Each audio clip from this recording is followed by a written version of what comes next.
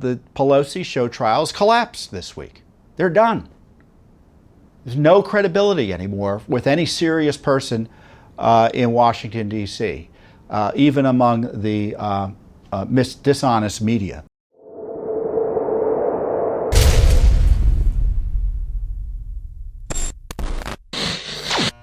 First up, I want to talk about, frankly, the abuse of power by Nancy Pelosi's January 6th committee this week. Now remember, that committee is a one-party committee. Now the left would have you believe just because there are two Republicans that it's a bipartisan committee. Well, those Republicans were appointed by Nancy Pelosi. They don't represent the interests of the minority party. So the minority party, the Republicans, have no voice in that committee. So all of its operations are necessarily suspect in the sense they don't have the give and take that virtually every other committee in the history of Congress has had.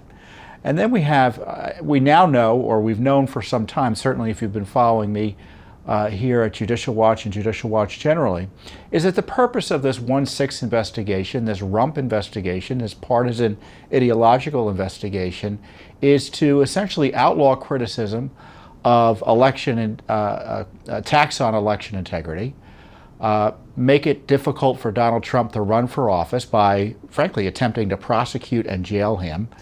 And then, of course, they've been whipping up the Justice Department, their allies in the Justice Department, to target Americans throughout the land who had questions about the election. So you have, in many ways, an abuse of the Justice Department in league with the Pelosi House that we've never seen in terms of abuse of power in at least modern American history. I think you'd have to go back to the early part of the last century, look up the Palmer raids, and you'll see something similar took place with lawless searches, obviously abusive searches of, in that case, anarchists. In this case, law professors like John Eastman, who was accosted by the FBI the other day, the president's former lawyer, and had his cell phone taken from him. Other people in Arizona, for instance, there are Arizona state legislators who are being subjected to harassment by the Biden Justice Department because they dared dispute and had questions about the electoral process of 2020. And they're suggesting that if you pursue those claims under law, as the Constitution allows Arizona to do, you're going to be subject to criminal investigation. So obviously it's not about what happened in 2020, it's about what might happen in 2024, and they don't want the opposition to Joe Biden or opposition to whoever is the nominee for the Democratic Party at the time to raise questions about any election activity. And they're just trying to scare people off. So earlier this week, the 1/6 committee tried again because they've been failing to gain any traction really in their partisan ideological attacks on their political enemies. They are getting their political enemies arrested, which is another matter. So they came up with this really absurd story presented through an aide, a former aide to President Trump, a deputy assistant or an assistant to his chief of staff, I think her title was. And she told this fanciful tale that was seemingly absurd on its face, at least to me, that Trump tried to grab a Secret Service agent, assault a Secret Service agent, and tried to grab the steering wheel of his agent's car, or the van he was in, or the beast, or whatever you want to call it. Which, you know, doesn't that sound crazy on its face? Obviously, if you're going to put out testimony like that, you got to be sure it's solid. But of course, because you got the Adam Schiff crew running things over there, they don't care. They just say whatever they want. They know the media will just say, oh, a witness testified to this, even though the witness is testifying to second and third hand information, and that the principals involved, meaning the Secret Service agents and White House officials involved, said, well, A, they never asked us about this, and B, if they did, we would have told them it's false, and they're prepared to testify that it's false. But, you know, you saw what the conflagration was as a result. But the reality is, it's a sign of desperation by the committee. And as I tweeted earlier this week, the Pelosi show trials collapsed this week. They're done. There's no credibility anymore with any serious person in Washington, D.C., even among the dishonest media. And now they're moved on to smearing people by suggesting witnesses have been tampered with. So it's gone from there was an insurrection, and we have to see who was behind the insurrection. Then they found out it was not really an insurrection, to who tried to overturn democracy by disputing an election, which of course is allowed under our Constitution to dispute an election, kind of like Democrats do every time a Republican wins, which is their right under the law and under the First Amendment, to Trump wanted to lead an armed insurrection up on the Capitol. So they go back there again. Again, further absurdity. To witnesses are tampered with. So it's just like an insane circus. But that all being said, as I said, it's all designed to suppress and intimidate Biden administration critics. Now, but it's also designed to distract from what any sensible investigation of the January 6th incident would entail, which is, well, what really happened there? What was the security situation on the Hill? Why wasn't there adequate security that led to this disturbance? Why was Ashley Babbitt killed? Why was she shot by a police officer for no good reason? Where's the accountability there? All of that Judicial Watch is doing.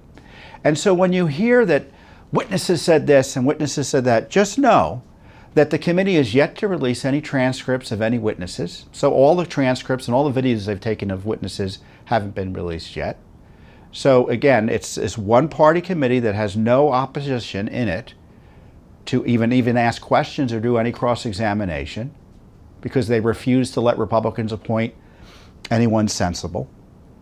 And on top of that, they're hiding institutionally, the Pelosi Congress is, all the videos from January 6th. And let me be more specific, 14,000 hours of video. And let me be more specific than that in terms of additional information. At least 271 emails we know directly involving the U.S. Capitol Police about the events of January 6th. Because we asked, and we're suing in court for them. And of course, there are other emails that they've referenced, but they won't tell us how many they are. So all of this information is being withheld from the American people. So where are these emails, Nancy Pelosi? Why are you hiding them? As I've described before, they've gone into court and they've told the court, Judicial Watch can't sue us in court because we have sovereign immunity. So when Judicial Watch says the American people have a right to know what its government's up to under the common law, well, that doesn't, we didn't allow them to do that. We have to bless that lawsuit. They have sovereign immunity from being sued for access to information by the American people. That's a pretty extraordinary privilege, isn't it? And on top of that, they said even if we could be sued, these aren't really public records. So videos about what they say is the worst day in American history, emails about what they say is the worst day in American history aren't public records? Of course they are. And they said even if they're public records, the Pelosi Congress says, the public interest doesn't warrant their release. Meaning it's more important that they be kept secret versus the public interest in finding out what happened that day. So despite all this noise you hear about January 6th, all these investigations that have shown nothing in terms of misconduct by anyone other than a police officer who worked for Nancy Pelosi's police force, who shot an unarmed woman for no good reason. There were obviously crimes associated with the riot and disturbance.